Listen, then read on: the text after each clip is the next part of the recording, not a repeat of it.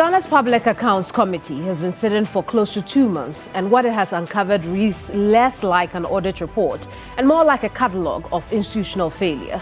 Phantom workshops, missing vehicles, a New York building Ghana owns but barely uses, a school dormitory abandoned for over 2 decades, and a 35.8 million cedi security bill from the police submitted with no receipts, no breakdown, no documentation for an event that ended 3 years ago.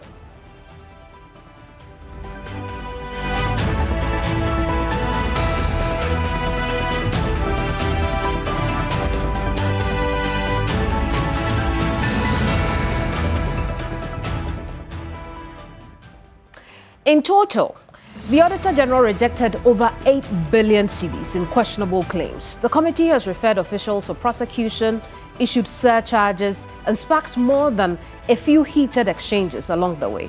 So what does it all actually add up to? And what happens next? I am Kemini Amano, and this is Hot Issues. In this edition, my guest, the Deputy Chair of PAC, Davis Ansapoku, will account for the committee's work and for the public's money.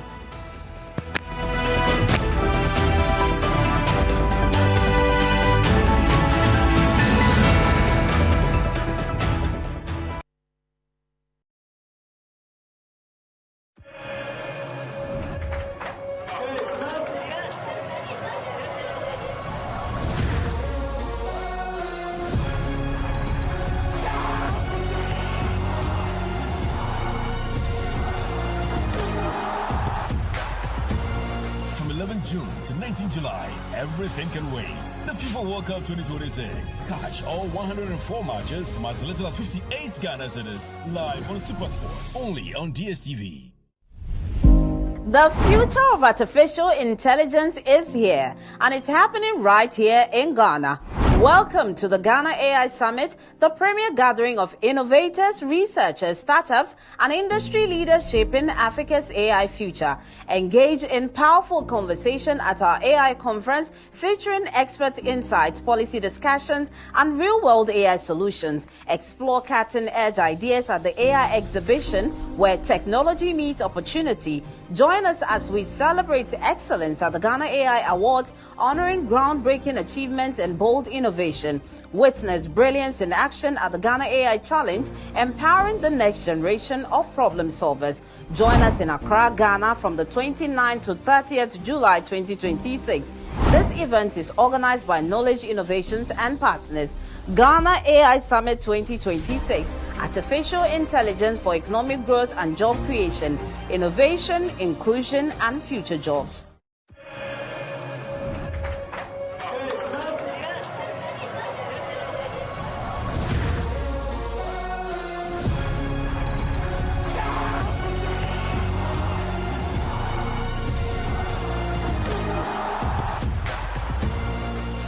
June to 19 July, everything can wait. The FIFA World Cup 2026. Catch all 104 matches, as little as 58 Ghana cedis, live on SuperSports, only on DSTV.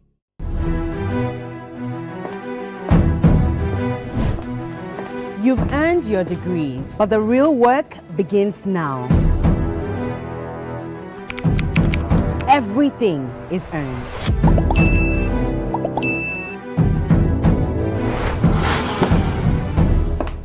The doors to the corporate world are now open. Every moment will test you. There are absolutely no shortcuts. 12 interns, 10 weeks, 1 shot. Are you ready to become an icon? Let's see who becomes the next top intern. The Top Intern Season 3 premiering Sunday 24th May at 5:30 p.m. on TV3.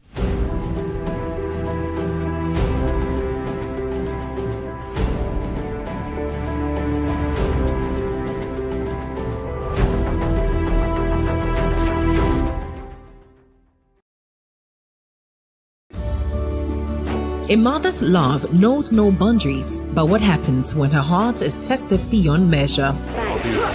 Oh dear, sorry. Where did my mom go? She's very sick. Where is your husband? Yashonda's perfect world is about to change forever. A secret from the past, a child with no one to call his own, and a mother torn between betrayal and compassion. Krishna was born out of wedlock. So where is he? He's in this very city. Can she be the mother he desperately needs? Mom. The story unfolds in Dosri Ma, showing every Tuesday to Friday at 6 p.m. on TV3. Brought to you by River Shine. When the sun rises, there is hope. While this hope lingers on, the citizens look up to the government, the economy, the national development agenda, and everything in between. On Ghana Tonight, it's our utmost priority to bring you insightful conversations on the economy, break down the biggest issues while setting the agenda for transformation and national development. The big and important stories are treated from the human interest angle, while the facts and the figures are painted with precision. So now, let's cut the convention and start the conversation here on Ghana Tonight. I am your host, Alfred Okamsi. Ghana Tonight shows Monday to Friday at 10 p.m. on TV3. Brought to you by Flamingo Paint, superior durability, superior hiding, superior coverage, simply superior. Kel Charcoal Toothpaste.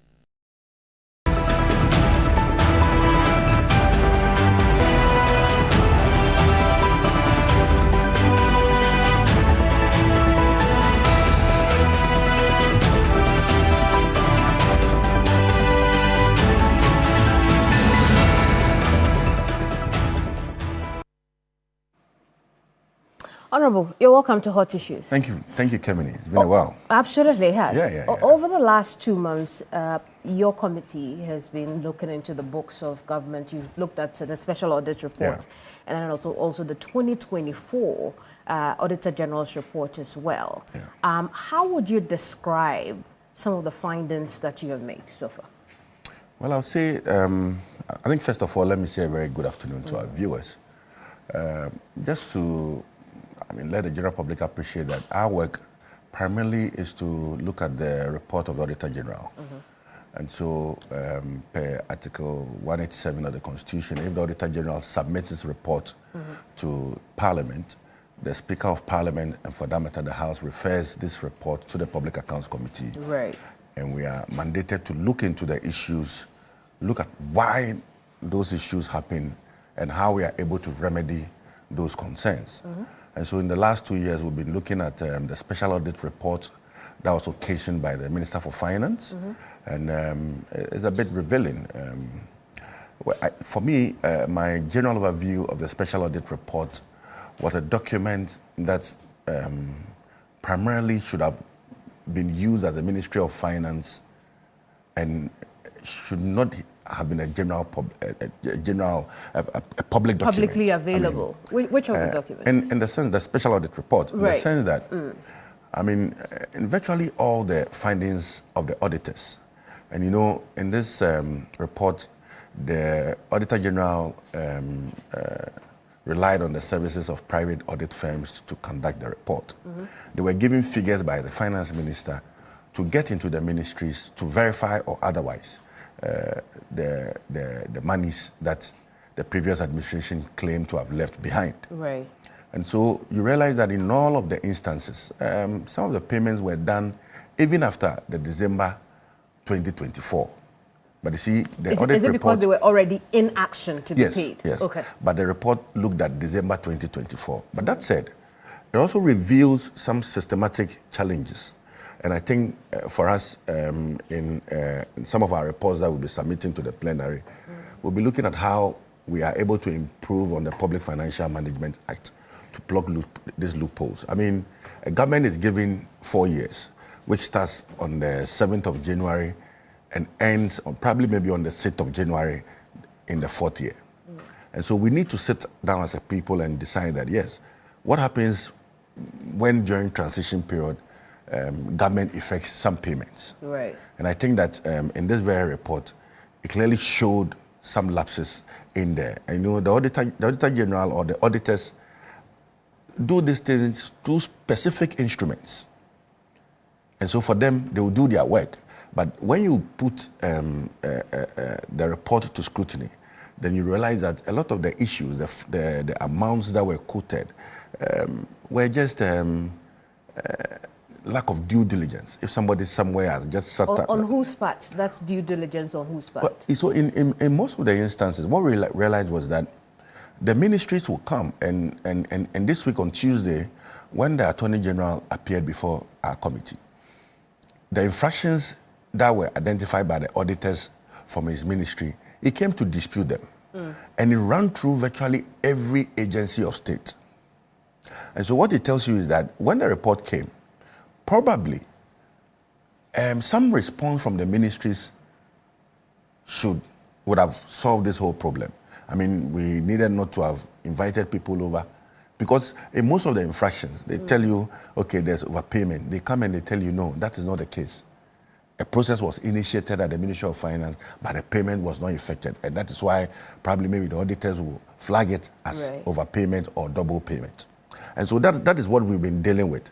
But the report that was prepared by the Auditor General, that which the Auditor General is mandated to present to us annually, to present to Parliament annually, we've identified a lot of challenges. And let me put out that the work of the committee is not only to be looking at the monies. Okay. Yes, I mean, by mere fact that people get invited by a public accounts committee, they quickly run. If they have to pay some monies to test, they do that. That, for us, is a very big achievement that the public accounts committee achieves. And we do this especially with the media. I mean, this week we've had TV3 with us pointing out to the public the sittings of the public accounts committee and the challenges that we are facing. And it's how come we continue to plug the holes, make new laws, amend laws, just to be able to help in that direction. But also, you realize that if somebody thinks that a citizen, let's say, or an impreso, and can do what he or she likes. Right. What I want to tell the general public is that the auditors are everywhere. And whatever you do against the state, it gets flagged. And you get to appear before the public accounts committee. I want to rein you back Yes. in when you said that the special audit report, it was something that could have sat at the finance ministry. I want you to explain that bit. Was it that this was not an essential exercise to have been done? It is. And when you look at the work of the Auditor General, and who can, any citizen of Ghana, any agency, just like the finance ministry, can write to the Auditor General to conduct some investigations. Right. Any person, I mean, any citizen can do that. And so the finance minister, properly clothed with those powers, is able to effect those or to occasion such an audit. But you realize that the finance minister wanted to use this audit report, or wanted the auditors to advise him as to the payments to make and the payments not to make. Right. So you realize that the period that was given to them, December 2024, a lot of the work that we did, we realized that some payments were done even after December 2024. Okay. I mean, mind you, this thing was not occasioned in January 2024. I think midway, when government thought that they needed to put some scrutiny to the payments or the invoices that have come before them, then they had to occasion the Auditor General to conduct this. So I felt that this is a document that should have sat close to the finance minister and now use that to determine who or who not to pay. Right. You understand?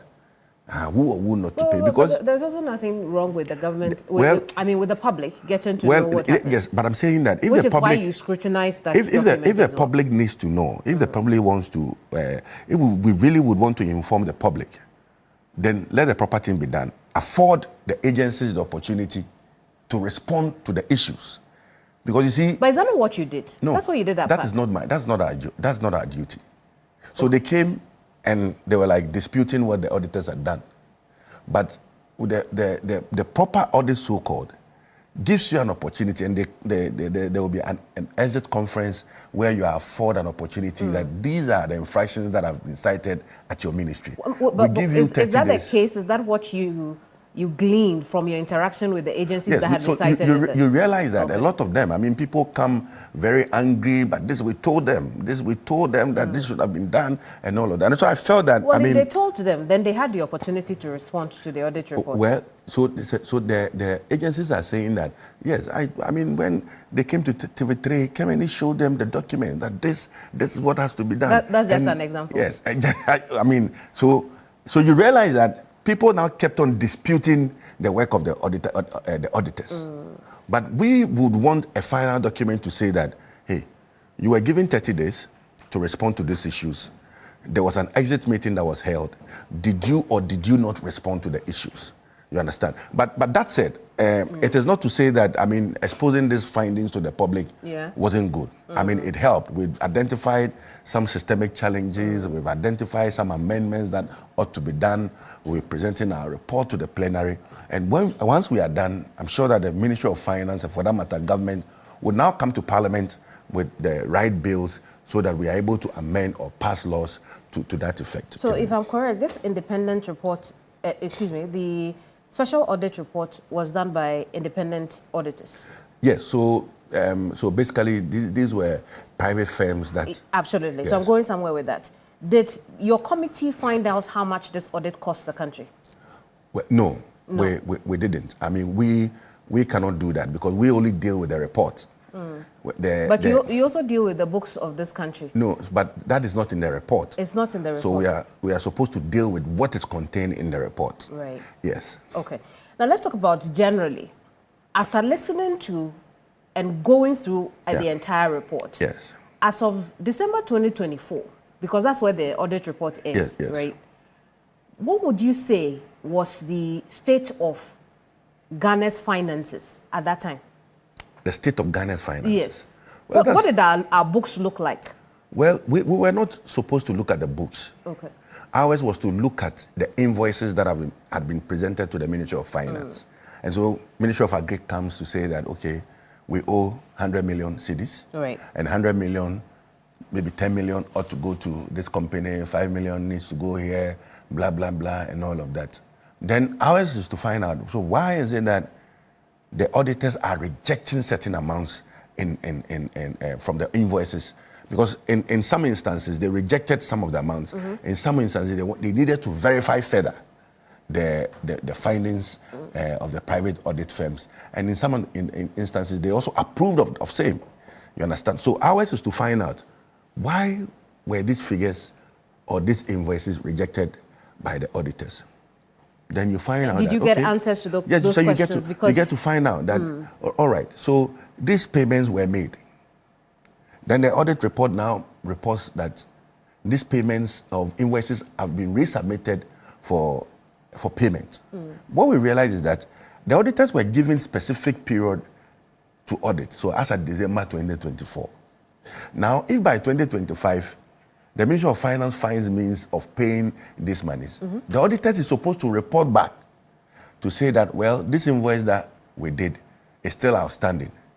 You understand? But a meeting was held, and we felt that, I mean, they needed to refine it further so that, I mean, the figures that were thrown out to the public, huge sums of monies have been chopped at the ministry and blah, right. blah, The blah. figures were wrong. Because remember, we were told that 21 billion in claims had been rejected. Yes, a lot of them. And I think that we are now doing our report. You would get to find out that a lot of them were just ballooned. I mean...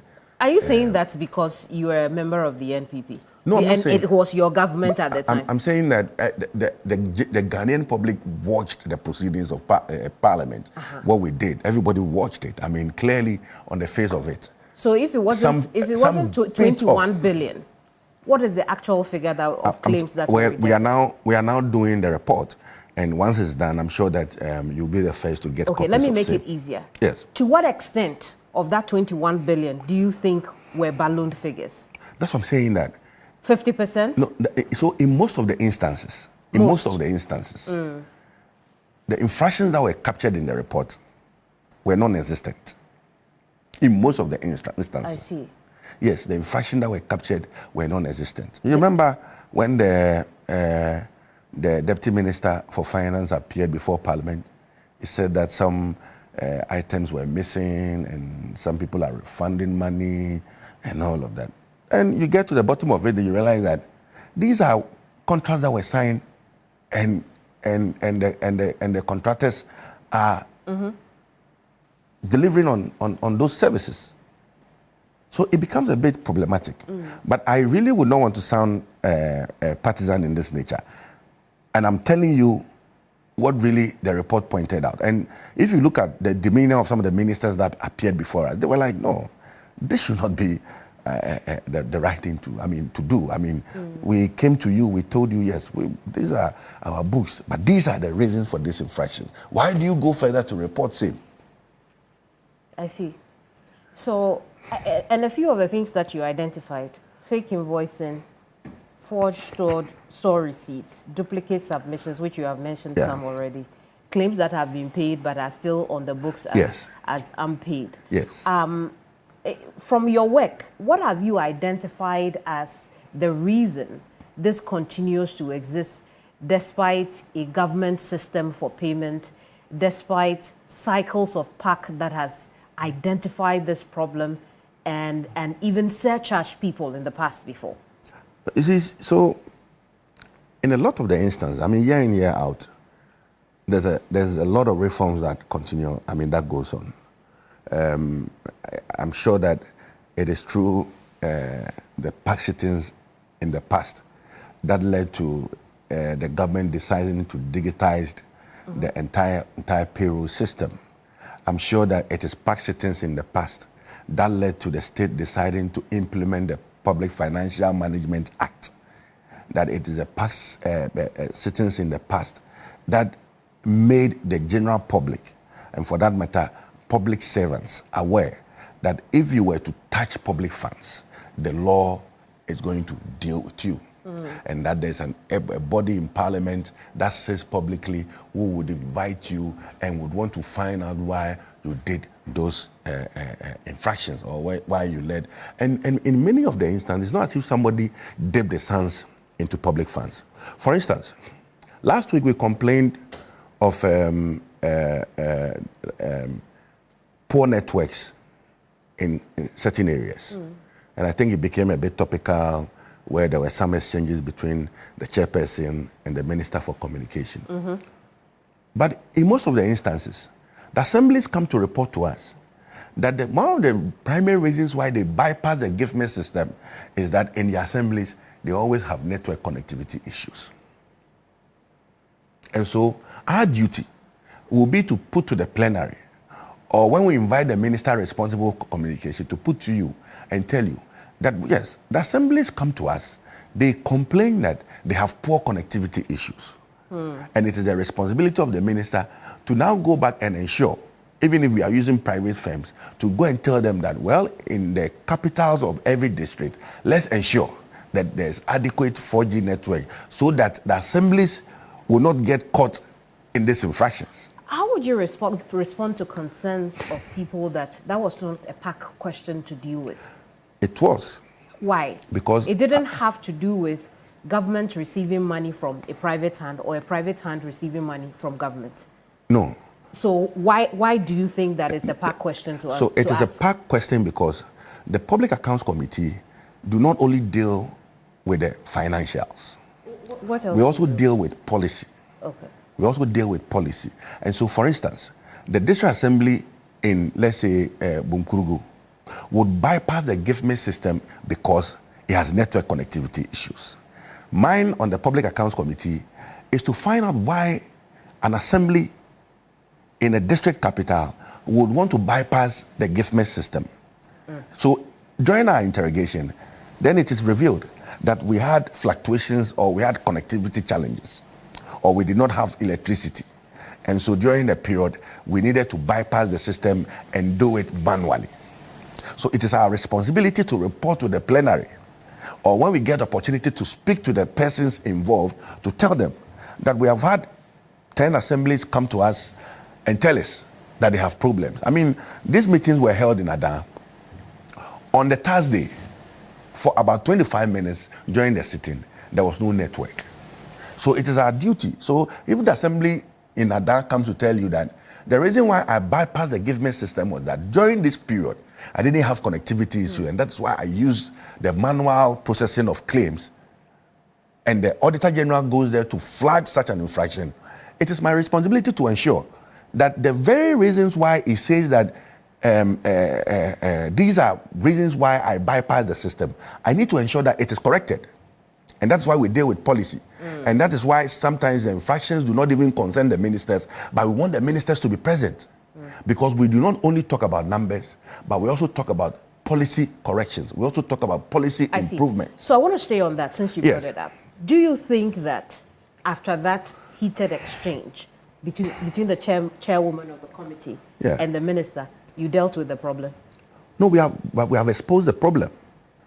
And what we need to do is to expose the problem. We already knew about the problem. But maybe it wasn't at PAC that PAC. No, hang on. PAC is not where the problem was exposed. The problem already exists. People are aware. The system should have already picked that up. Did you know why people? So no, let me make the point so that you respond to me. So the thinking of most people is that, look, that heated exchange was all that it was. We didn't get a solution to the problem because of your chairwoman. No. And in the past, that has always been the posture. When James Aveji was there, I mean, there were a lot of recommendations that we did on the plenary. They were not just the financial. They were not just the books. You understand? I mean, somebody says that, for instance, audit is undertaken. Then fuel is bought without logging in the periods you bought those fuels. And you appear before Public Accounts Committee. We ask you, when the auditors came to my place, we couldn't find the booze and all of that. For us, it is something that should not happen. Absolutely. And so it is our duty to now report to the Ghanaian people through Parliament to say that this is what we identified and these are the loopholes that should be. So when you are a minister and you appear before the committee and people get opportunity to ask you questions, we also want to find out from your side the things that we need to include in the report so as to ensure that the problem is solved. Possibly, the Ministry of Finance is not releasing funds to your ministry. And so you are unable to improve upon the systems. It is our responsibility because, mind you, Parliament has oversight over the executive. It is the Parliament of the Republic that approves the budget for the executive. And so it is my duty to ask the Minister for Finance that allocate more money to the Ministry of Communication so as to improve on network connectivity in the assemblies. There are certain areas where I hear what you're saying. There are certain areas where the network, the giant networks would decide that they won't go because it's not commercially viable. Right. It is our duty to ensure that we have GIFEC. Yeah. Let's go and install a 5-kilometer radius system there so that the people can get network accessibility. You see, I hear what you're saying. Yes. Thank you for. Unfortunately, that is not what took place. It is. In that exchange. Now, here's my question to you. Looking back, do you think that moment could have been different? What should have been different? What should have been different is that everybody should realize that we are all working to the state. Whether you are MPP or NDC, you are a minister or you are MP or you are Kemeni or you are camera person or you sell in the market, we all have a duty to ensure that the rule of law, and for that matter, public finances are protected. We all have a duty to ensure that lives are bettered. We all have a duty to ensure that people who look up to the top get that confidence, you understand? And that is why we always say that when you appear before public accounts, you are not there to be, you are not facing a Sahindri, you are not facing a firing squad. Ours is to be able to remedy some of the challenges. And for instance, the minister, He was on Public Accounts Committee. He was a member. I mean we sat together during Public Accounts. And we asked tough questions because we want to unravel why these difficulties would happen. Mind you, most of these infractions did not even happen under this administration. It happened under the elsewhere administration. But it is our responsibility, whether you were a member of that government or not, to ensure that the mistakes that happen in that administration are not repeated. I see. And that is why we need to ask you why these things happen. It is your duty to now go back and investigate. Okay, the people are saying that the connectivity issues are a challenge. Let me go back and look at it. For instance, the Attorney General came. One of our major concerns was that we usually would submit reports and probably maybe we don't hear anything. He also narrated his difficulties to us, and we'll find a way. And like I've always suggested, we have the office of the OSP. If the Attorney General can assign these duties to the OSP, because in most of the instances where we refer these matters to the Attorney General, they are procurement breaches, and which is, people who do not obey or who do not go by the procurement laws of our country ought to be dealt with at the law court. But you recall that in that interaction, it wasn't that the minister didn't want to answer the question. His concern was that the committee wasn't allowing him to answer the question. And we saw how the chairperson, who at the time was not chairing that sitting, Rankin was chairing that sitting, but she interrupted the minister while he was speaking a lot. What was that about? Explain to us why that moment was. Well, you see, the work we do, we are not there as friends. Okay. And we are not there to do friends' business. And sometimes if we don't get tough, nothing gets done. So always we must. We are all friends. We are all friends. But did you understand what was going on? After that session, we all went to sit down and had lunch. But we are all there to protect people's money. Okay. We are all there to ensure that lives are improved. We are all there to ensure that the right thing is done. We cannot be friends doing that. You understand? Okay. And so sometimes it may get heated. Sometimes it may get emotional. Sometimes it may get to the point that you feel that, hey, the person is in trouble. Right. So you've spoken about the minister's behavior. Yeah. Was the chairperson's behavior also okay? But I've never condemned the minister's behavior. No, but you have digested the minister's behavior and told him that I'm saying that you are supposed to ask tough questions. Both the minister, the chairperson, the people who are appearing before the committee, everybody, we all have a duty. And our duty is to protect the public purse. Very well. So it is not our father's business to go and sit there and create an impression that, it's like a japadie. No. We are all servants of the people. And the people are watching TV3. They are watching what is going on. And they need to be informed. They need to see why the assembly in Impriso next time will not come and tell the committee that I bypassed the giftment system because there was no connectivity issues. Let's look at other things that are not based on our personal view of things. Sure. Right? This committee has had a number of such exchanges. Yeah. It will probably be the committee in very recent history that has had such exchanges that we have seen. To the extent that there were calls for the chairperson to be removed as chair of the committee. As a member of the committee and vice chair, do you think that those calls were justified? Who made that call? Oh, you must have heard when members on the majority side thought that it was time to remove it. Because they were not informed. They were not informed enough by the new standing orders of Parliament. The new standing orders cured that mischief. The new standing orders said that if the Public Accounts Committee is considering the accounts of a government that the chairperson was in, or his party was in, then the chairperson must recuse herself, and the ranking member will now be the chairperson. So for this sittings, Abna was just an ordinary member, just like me. It was Atta Mills, Dr. Atta Mills, who chaired the entire process. He was a chairman for the occasion. Abna was not a chairman. Abna was a member, just like me and everybody. But the chairperson, the person who chaired You are the referring process, to the Adan ones? No. Okay. The entire period. The you entire have been period. working. I mean, the 2 months that we have been working, Abna do not chair. In the absence of Atamios, Kwame Gakpe, who is the deputy ranking, will chair. Now, the Auditor General will be presenting the 2025 audited report to Parliament. Mm-hmm. When that appears before us, because it concerns the NDC administration, Abna will now chair. And so those who made those claims, and some of them members of Parliament, were not advised properly. I mean, they did not see that the new standing orders that we had passed cured that mischief. I see. We would move away from here as chairperson of the committee, right?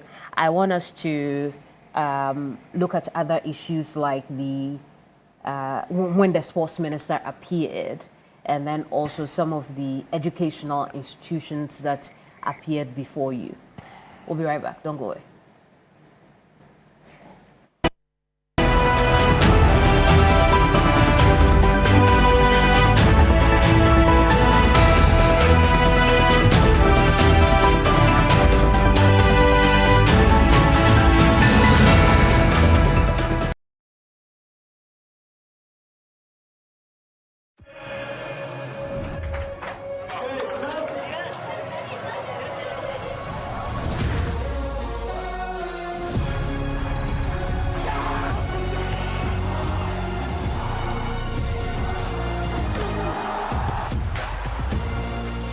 June to 19 July, everything can wait.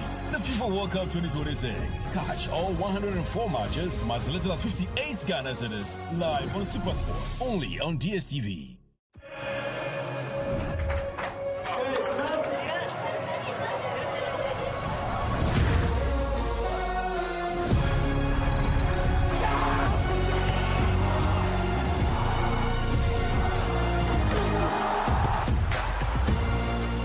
June to 19 July, everything can wait. The FIFA World Cup 2026. Catch all 104 matches, as little as 58 Ghana cedis, live on SuperSport, only on DSTV.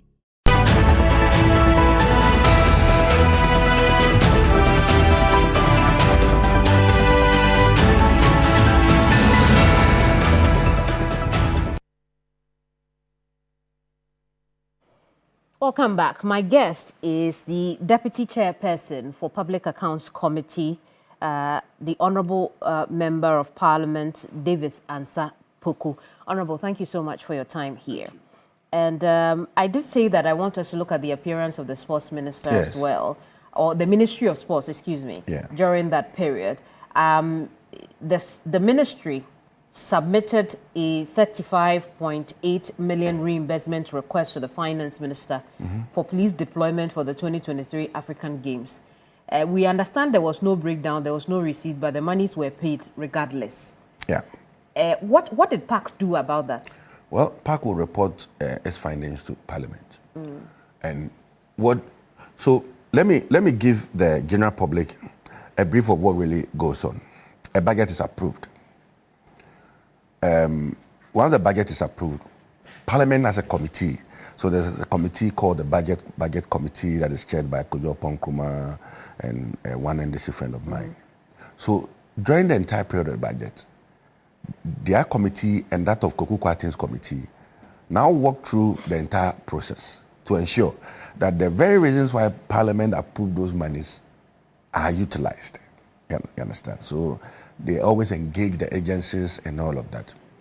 At the end of every financial year, the Auditor General now conducts its auditing, and that they report to Parliament that the money that you gave to the Ministry of Finance or you gave to the government, this is how they spent it. And these are the infractions that we saw. Then now we refer these matters to the Public Accounts Committee, who now sit on the matter and through its findings, make its findings known to the plenary.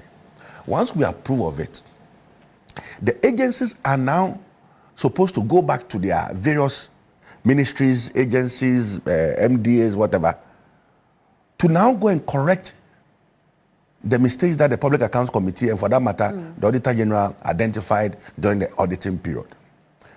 Then you report back to Parliament. But this time, it does not come to the Public Accounts Committee. Now goes to the various sector committees of Parliament. So the sports committee, for instance, its mandate now is to say that the Public Accounts Committee is saying that go and give us a breakdown of the account. It is a duty of the sports committee to find out from Ghana Police or the Ministry of Sports how they've been able to resolve the matter. And in many of the instances, they come back telling us that this is how we resolved it. And now we also report back to Parliament to say that the findings of the Public Accounts Committee, that occasion, we were referring these matters to those sector committees, have been resolved. But because those things are not live on TV, the public do not really appreciate the entire value chain. So here's what I want to know. Yeah. This 35.8 million is very nuanced. Yes. Apart from the local organizing chairman, committee chairman telling us that the bill came out of nowhere, the police had partially withdrawn their services along the line. They were also given food, which means that in terms of welfare, it was on the local organizing committee. Yet out of nowhere, they dropped that 35.8 million. In the case of the procurement infraction at the Defense Ministry, to do with the procurement, the procurement officer, Frank Bodo, you referred him for prosecution to the Attorney General. Why didn't you do same in this case? What is the difference? Because when it comes to procurement breaches, it is criminal in nature. And in Ghana, the only office that has powers to prosecute is the Attorney General. Is this not procurement of a service as well? Okay, so we need to now go into the issues. Okay, so this is what the local organizing committee is saying, and that is why the auditors have flagged it. It is now our responsibility to invite Ghana Police to appear before us. They should give us their response. It is the responsibility of the committee to invite the ministry responsible for sports to also come and tell us their side of the story. Once we are done with the sitting in the coming weeks, the committee will now meet to now scrutinize the various reasoning that was given to us by the various committees. If we then find out that there's been some procurement breaches, it now behoves on us to now report these breaches to the Attorney General for him to prosecute in these matters. Because Parliament is in itself. I would think that clearly. Yeah. Even from the nuances I have explained, there appears to have been procurement issues because it came out of nowhere. No receipts, no invoicing. No, hang on. No receipts, no invoicing. And so, for me, my question to you will be whether or not PAC has a criteria for which cases it would forward to the Attorney General and which ones it would deal with, maybe based on surcharging or further investigation. Do you have a criteria like that? We don't, but you see, you must admit to the infraction. So it's discretion? No, it's not discretionary. So in most of the instances, the people come and say that, okay, this is what the auditors are saying. What do you have to say to that? Okay. Oh, Honorable, during that period, our gift system was off, and so when we were procuring, we didn't look at getting 3 invoices, blah, blah, blah. Then that one, clear on the face of it, is an infraction. You don't need further investigation to want to find out this infraction. But like you cited, the Ministry of Sports instances, it involved local organizing committee, it involved Ghana Police, it involved the Ministry of Finance, the Ministry of Sports, you understand? What we have done is to now solicit reasoning from these various bodies, you understand? Then it is up to us to put this reasoning to scrutiny and say that, okay, because of this, that's why this happened, okay. By the time you realize that monies were spent because they could not meet to even sit and have an exit meeting and get to know how much was spent, how much is remaining, how much should be returned back to the consolidated funds. There's this whole infraction that has been created. And so it is our duty to even get the fine details. Because you see, when you also go to the Attorney General still must do some level of investigation in this matter. So we want to help in our report that but these are... See, wouldn't it be more helpful if there was a set criteria so that the it is less discretionary and more uniform when you are applying the rules? It is only it's a uniform thing. Is it? It's and if you look at the report, the Auditor General's report, in all of the instances, they tell, okay, this is what has happened, and this should be the punishment. But the reason why you want to invite people over is to now get to understand why these breaches went on. For all you know, somebody somewhere did not show a document to, and that is why sometimes we solicit for documents. So the person will say that, oh, Honorable, when the auditors came, we didn't give them this, but now we have it. I say, do you have it here? Oh, yes, we do. Show it to the auditors. Then now it behoves on the Auditor General to go and verify same. When do you, and now report back. When do you plan to invite the police for questioning? No, I mean, we have now resumed Parliament. I'm sure the chairperson and the ranking and the leadership of the committee will now sit down with the clerks of the committee to now do scrutiny of the reports that we have considered. If we have to invite you, we are going to invite you again. If we have to present our reports to the plenary, we are going to do that. If we have to refer these matters to the Attorney General, we're also going to inform Parliament through the Clerk of Parliament so that he writes to the Attorney General to investigate these matters. How many cases have you referred to the Attorney General so far? A lot of them. A lot of them? A lot of them. How many of them have been processed? Well, do you know? I don't know. Okay. But I think it's been a challenge, and I think that the Attorney General's office must also make this public so that the Ghanaian people now appreciate that the process did not just end by referring these matters to them, and that some of them they are investigating, some of them they are set up very specialized bodies to also investigate. Yeah, and I'm asking because we saw some cases also forwarded to the Attorney General's office under the chairmanship of James Kuchavel. Yes. Does the committee know whether or not those cases have come to head? I can tell you that in most of these cases, the Attorney General keeps working on it. And mind you, I mean, for instance, we dealt with national service at a point.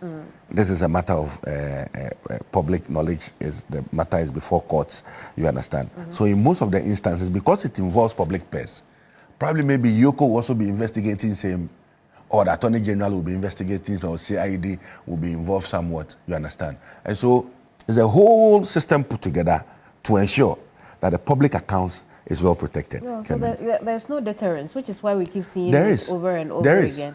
There is. I mean, by mere fact, I tell you.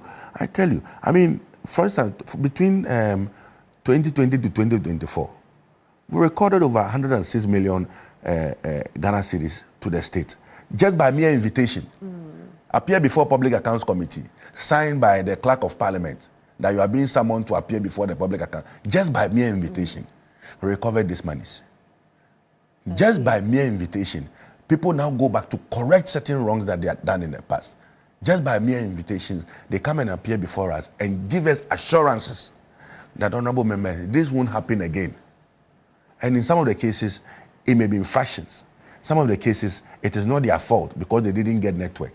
That is why that infraction happened. So how would you describe that? Is that a systemic problem, or is the people who make the system that are problematic? We have a behavioral problem towards government business, don't we? We or do. State business. We do. And that's why there always must be checks and balances. That's why there always must be laws.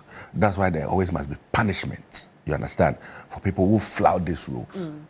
For people who flout. For instance, in the past, we were having dozens of cases where people are sponsored by the state. They go for study leaves abroad. Some of them, they are paid even during those periods. And after spending so much money to train them, they do not come back and all of that. So at a point, we're now surcharging them. I see. And we would now tell the agencies that go back and chase them. They will tell us, no, we've been trying to call them because they have relocated, they have changed their numbers. But they had guarantors. Go to their guarantors, go to their family members, go to their banks. You understand? Very well. And I want to talk about the educational institutions that came before you. Very, varied issues that came up of the educational institutions, including one that really caught my attention. the school dormitory that has been left hanging for over 2 decades, which means it has transcended the government of the NDC and the government of the NPP, and still the school stands the same since 1991. Yeah. How did that make you feel? I mean, very terrible. And so that's why I say that every time there's an improvement on how PAC operates. I mean, my first time, got the privilege of serving as a deputy ranking for Public Accounts Committee. During that time, we're not inviting Get Fund. We're inviting Common Fund. We're inviting even Zoom Lion for some of the infractions. I think it was the last year of James Aveji that we had to sit with Zoom Lion to now look at their contracts and look at some of the concerns. But this time, in our rounds, we have a rep from Get Fund, we have a rep from Common Fund, and we have a rep from Zoom Lion, because these are the 3 institutions that get flagged the most in the report. So what happens is that, and I mean, the people who come from these institutions, very fine gentlemen. Okay, so why is it that in Imprisu Secondary School, the government through Get Fund intended to build for a dining hall for them, classroom blocks. Today, if you go to my town, Obo, Bepon, Kowa, Sakraka, all the 5 secondary schools in my place, including the technical school, have some uncompleted buildings that are ongoing. Hitherto, the schools now come to tell us their story, and we don't know the side of Get Fund.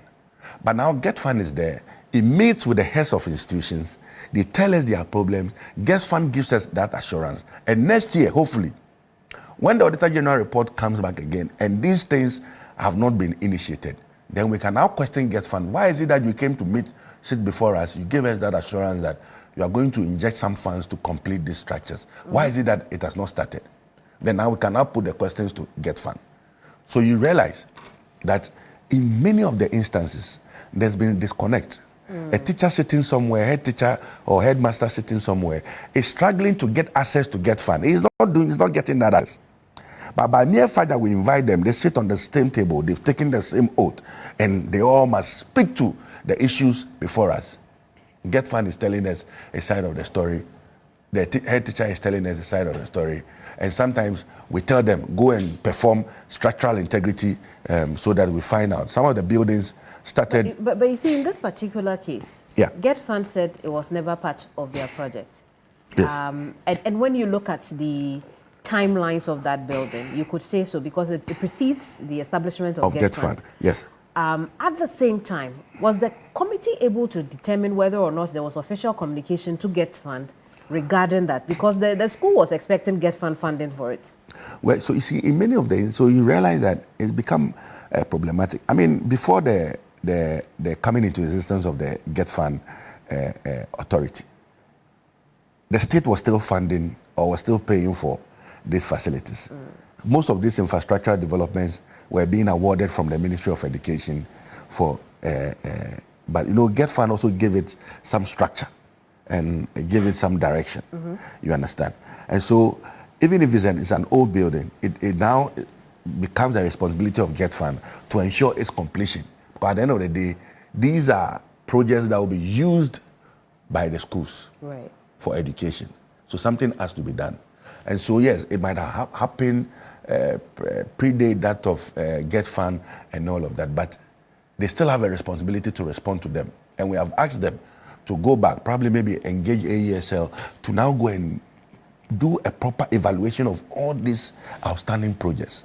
Let's see what we can do about it. Some of them, it is better for you to break it down and put up a whole new building, because by now the foundation, because it's not completed, the blocks are weak, and if you don't take care and you go and house kids in there, you might get problems. So it's work in progress, Cameron. I see. So on the last day, I believe, there was a Muslim educator who had made a concern about how the Quran was being handled. Has that consideration been made for them? Did PAC take that seriously? No, we have to. I mean, it's a concern, and sometimes we all learn. Every day we learn, you understand? I mean, the Public Accounts Committee is not there to champion any religion or to downplay any religion. And so if she feels that we do not need to mix the Quran with the Bible, then we have to find ways of correcting it. I mean, all it takes is to have two boxes, put the Bible here and put the Quran here. What you tell me now is quite different from what the chairperson said. What did she said they are all tools, instruments that will be used, instruments of oath, essentially. Yes. And that they will be put where they are supposed to be. Yes, because that is the case. They are all instruments of oath. We are not there to read the Quran. We are not there to read the Bible. Yes. We are there to take oath. But the lady has now exposed us to something that is of worry to her faith. Okay. Now, I mean, what does it take? Having two boxes, putting them in there. So the next time you sit, we are going to see that. Yes. But we also have to find out from other religious people to see if indeed it's against the faith. If it is not, I remember this is quite an interesting. Sounds to me like PAC is conflicted about that, whether or not it would take the appeal made by the lady or not. This is a non-issue. I feel that if the lady feels that we ought to separate it. No, let's look at other issues. Yeah. I think I've heard your response on that. Let's look at other issues, right? Okay. Just before we go, I want us to look at PAC itself. What do you think your limitations are as a committee? Well, I think that